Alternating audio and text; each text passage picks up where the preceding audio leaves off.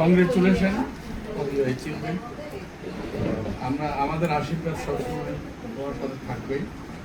তুমি আসলে আমাদের কমিউনিটির একটা গর্ব। তো ভালো থেকো, আরও জীবনে আরও উন্নতি করো তুমি, আমাদের চৈতিকে কংগ্রাচুলেশন ও শুভেচ্ছা জানাচ্ছি, দুজনকেই জানাচ্ছি অ্যাকচুয়ালি। হ্যাঁ, সেও ডিপ্লোমা করেছে। তো সরি আমি বাংলায় বলতেছি, হ্যাঁ ও বুঝতে পারবে না। আর চৈতি যখন সোশ্যাল মিডিয়াতে দেখলাম সে কারেন্ট চার্জে প্রিন্সিপাল মেডিকেল অফিসার, হ্যাঁ, তো খুবই ভালো লাগলো। হ্যাঁ, তারপর আবার দেখলাম যে স্যার গ্রাজুয়েশন সেরিমনিতে মেলবোর্নে গেছে, আরো ভালো লাগলো।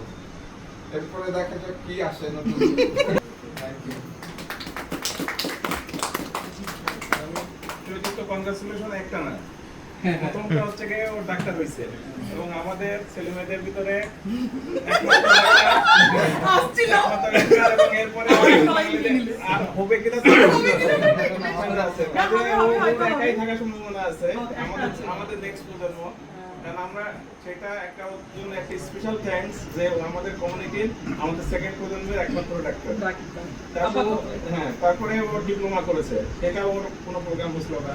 এটা যে তোমরা যারা অ্যারেঞ্জ করেছো একটু দেরিতে হলেও একবারে মাস্টার্স করা দিয়ে একটা ডিপ্লোমার জন্য কংগ্রাচুলেশন, একটা মাস্টার্সের জন্য কংগ্রাচুলেশন।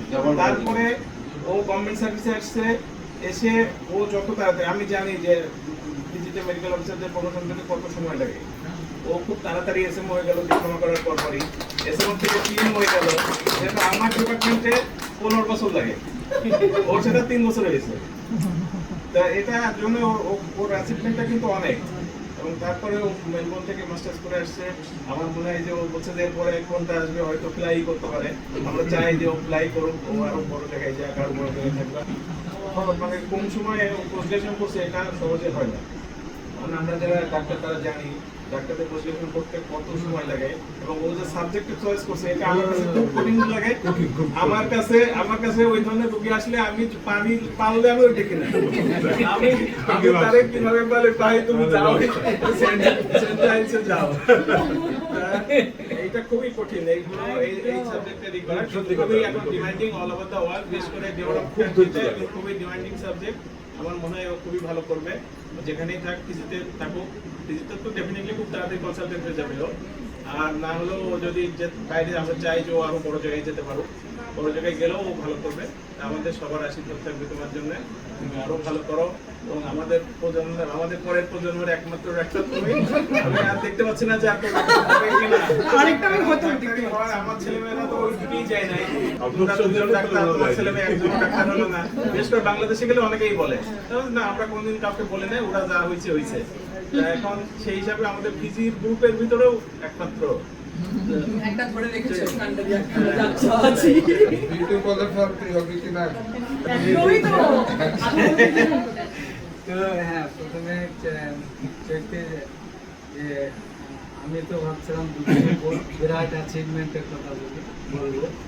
একটা হচ্ছে যে সে ফার্স্ট টাইম আমাদের বাঙালিদের মধ্যে যে ব্যাচেলর অফ মেডিসিন করেছে, তারপরে মাস্টার, তার আগে যদিও পোস্ট গ্রাজুয়েট ডিপ্লোমা করেছিল লন্ডন থেকে, আমেরিকা থেকে, তারপরে তো এগুলা বিরাট একটা মাইলস্টোন আমি মনে করি।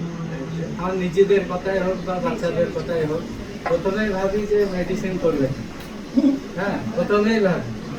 কিন্তু আমাদের বাচ্চারা শেষে তারা তাদের অ্যাচিভমেন্ট ঠিকই করেছে, কিন্তু তারা তাদের নিজের চয়েস করে নিয়েছে, কিন্তু নিজের মতো করেছে। কিন্তু আমাদের যে সবাই মনে করে যে এইটা হবো, সেটা সে প্রথম সে আমাদের বাঙালির অ্যাচিভ করেছে। তো it is a really great achievement. আর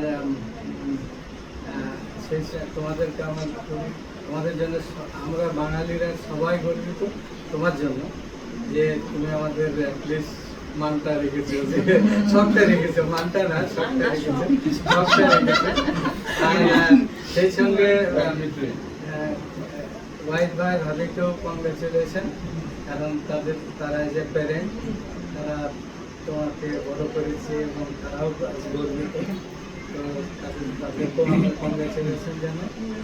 আর সেই সঙ্গে আপনার both of you actually may Allah shower His blessing both of you and give you all success in your life.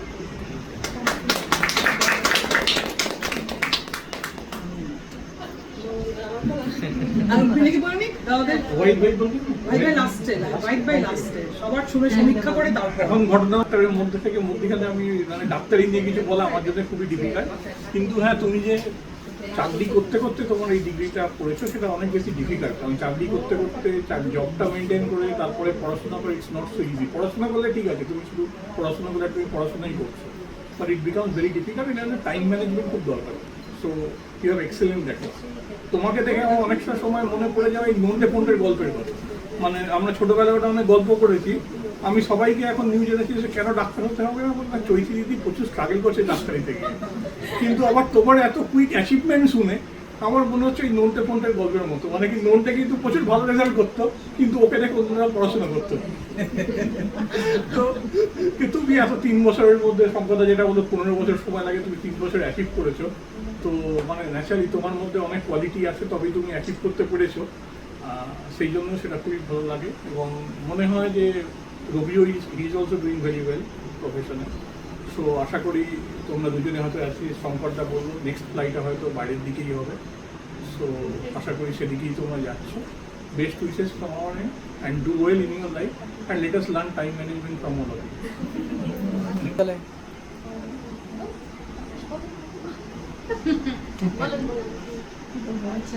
চৈতি মেডিকেলে ঢুকলো, মেডিকেলে পাশ করে গেল, তারপরে কত বড় বড় 2টো ডিগ্রি হয়ে গেল। অ্যান্ড সত্যি তাই তোমার মানে আঙ্কেল যেটা বলছিল যে মানে আমরা তো জানি যে একটা পোস্ট গ্রাজুয়েশন হতে কত সময় লাগে, সেখানে তুমি মানে খুব তাড়াতাড়ি ডিপ্লোমা এবং 2টা ভালো জায়গা থেকে ডিপ্লোমা করেছো, মাস্টার্স করেছো। তোমার বিগ কংগ্রেচুলেশন, তোমার আসলে তুমি অ্যাচিভ করো, তুমি ডিজার্ভ করো।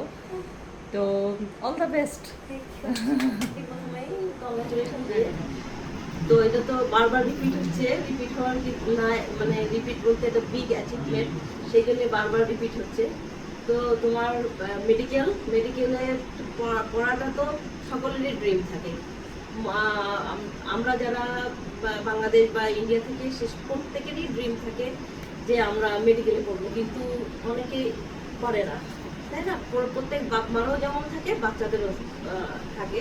তো অনেক অত কঠিন, সেজন্য যায় না অনেকে।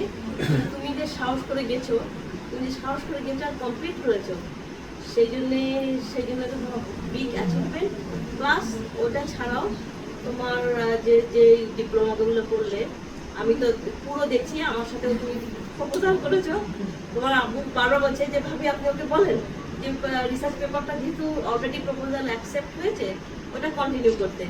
তো এখন হয়ে ওঠেনি, যে তোমার এখনো চান্স আছে, তুমি চাও তো ওটা কন্টিনিউ করতে পারো। কারণ প্রপোজাল তো এখন পাওয়াটা ডিফিকাল্ট, যেহেতু তুমি পেয়েছো, তো ওটা তুমি কন্টিনিউ করাটা চাই। And wish you all the best for each and every step. And also Rabi মানে তোমরা সেম প্রফেশনে, ইটস লাইক কি বলবো, এটা অ্যাডিশন। অ্যান্ড সত্যি রাবি খুবই মানে আমরা খুব কম টাইমে দেখলাম, বৌদি বেশি জানে, দুজনেই তোমরা বৌদির স্টুডেন্ট, তো বৌদি বেশি ভালো জানে। আমি চৈতিকে বেশি জানি, রাবিকে কম জানি, কিন্তু বিয়ের পরে এখন দুজনকেই both of you are so lovely, মানে একজনের আরেকজনের মানে কি পরিপূরক। হ্যাঁ, so wish you all the best. বড় হও, ভালো থাকো, সবসময় দোয়া করি যেন অনেক বড় হও। And congratulation. অনেক অনেক আশীর্বাদ তোমাদের জন্য, সবসময় ভালো থাকো, সুখী থাকো,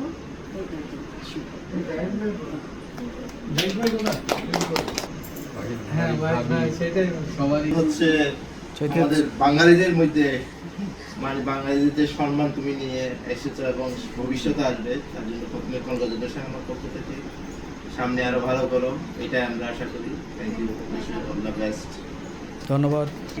টাফ টাইমটা এইভাবে কোপ আপ করা কিন্তু বাবা মার কথা শুনলে, কষ্ট করে গেলে লাস্টে হাতে এত বড় মোয়া পাওয়া যায়। এটা চৈতি প্রুফ করে দিয়েছে যে ওর কষ্ট হয়েছে। কারণ ডাক্তারি পড়াশুনো কতটা টাফ যারা যারা মেডিকেল করে এসছো জানো। এবং একটা টাইম ছিল যেমন বাবা মারা ভাবতো যে মেয়ে হয়, মানে ছেলে মেয়ে ইঞ্জিনিয়ার বা ডাক্তার হোক, ডাক্তার তাকেই করা হতো যার মধ্যে অধ্যবসায় আছে। যদি লেগে থাকার ক্যাপাসিটি না থাকে তাহলে যাস না মেডিকেল, ইঞ্জিনিয়ারিং করে নে তাও ভালো। তো চৈতি তার মা বাবার আশা, পুরো ফ্যামিলির, পুরো বেঙ্গলি কমিউনিটির তাকিয়ে থাকা তার দিকে যে একটা ডাক্তার। এবং আমার ছোটখাটো কিছু হলে চৈতি বাবু এটা হয়েছে, আচ্ছা ওটা রবি এটা হয়েছে, তো এরা আমার হাউস ডক্টর। প্রত্যেকটা জিনিসে এখনো অব্দি আমার পায়ের ব্যাপারে চৈতি যতটা সম্ভব হয়েছে এখানে থেকে ও সেটা দৌড়ে করেছে, গেছে। এবং কালকে আমি তাই বলছিলাম চৈতি যেমন আমি আমার মেয়েরও বকাকে ভয় খাই, আমি চৈতি নিজের মাকে যেভাবে দেখে ও আমাকে ঠিক সেইভাবে এটা করবে, এটা করবে না। সো তোমাকে তো আলাদা করে আমার আশীর্বাদ করার কিছু নেই, অলওয়েজ আমার পরে বলো ভয়েস মেসেজে। ওকে, প্রথমত কংগ্রেচুলেশন বিগ অ্যাচিভমেন্টের জন্য। সবাই বলে ফেলছে, আমি একটা ছোট্ট স্টোরি বলি আমার লাইফের। আমি যখন ব্রেকে ছিলাম বাংলাদেশে, আমার আন্ডারে একজন সাইকোলজিস্ট ছিল, একজন সাইকিয়াট্রিক ছিল। ওরা হচ্ছে দিত ওই ইউরোপিয়ান ইউনিয়ন থেকে যারা ফেরত আসছে মাইগ্রেন্ট, মেন্টালি ট্রমাটাইজ, তাদেরকে চিকিৎসা দিত। সো আমি তখন থেকে বুঝতাম যে এটা খুব টাফ প্রফেশন। সো এটা খুবই ইজি না, তুমি যেটা কন্টিনিউ করছো এটা ডেফিনেটলি খুব ভালো জব, এবং এটা মানব সেবাও বলা চলে।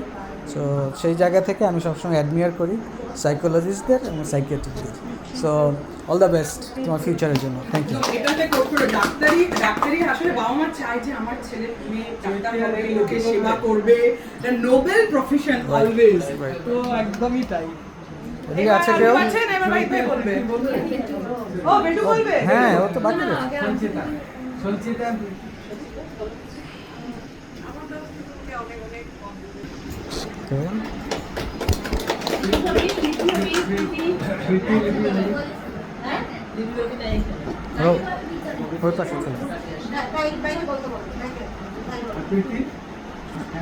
একটু বলার পরে বলবো। হ্যাঁ বেটু বাংলায় বলবি? It's okay. বাংলায় বলতে হবে। It's okay, you can pressure দেওয়া দরকার। তো আমি বাংলা সব দিকে খোঁজ খবর রাখা, এভরিথিং করে।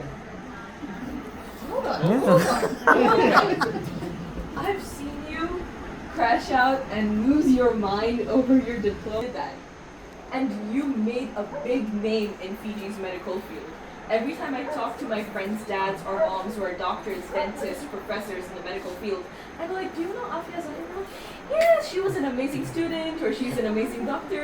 I hear so many praises, and then I just elevate myself. I'm like, yes, I know her. I'm related to her so that I climb higher in the social hierarchy. So I must admit, I'm very proud to be your little sister, I guess. And whatever you do in the future, all the best, and we're gonna be there for you.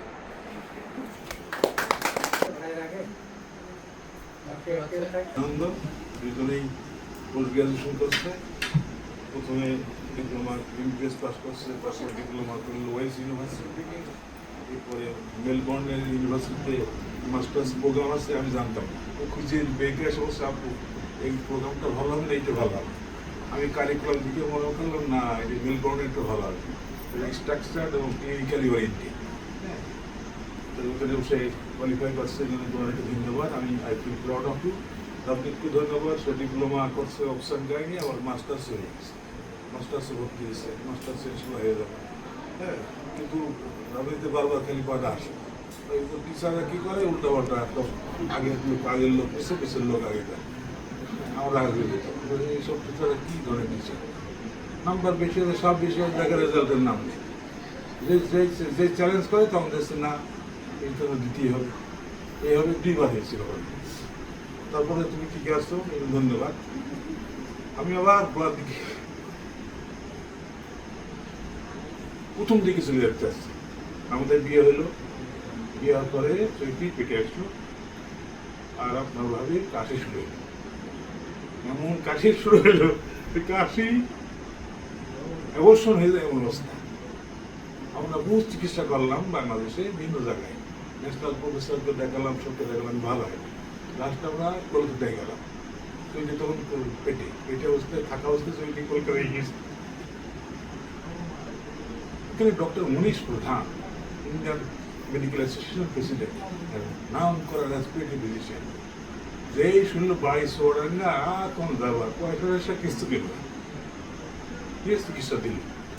প্রথমে আমার বাড়ি কাছের লোক যখন আমাদের বাড়ি ছিল, আমাদের আত্মীয় বাড়ি কেনা আছে, তুমি আসছো বাংলাদেশ থেকে, আমার কিছু পয়সা দিল। তো চিকিৎসা দেওয়ার পর ভালো হলো।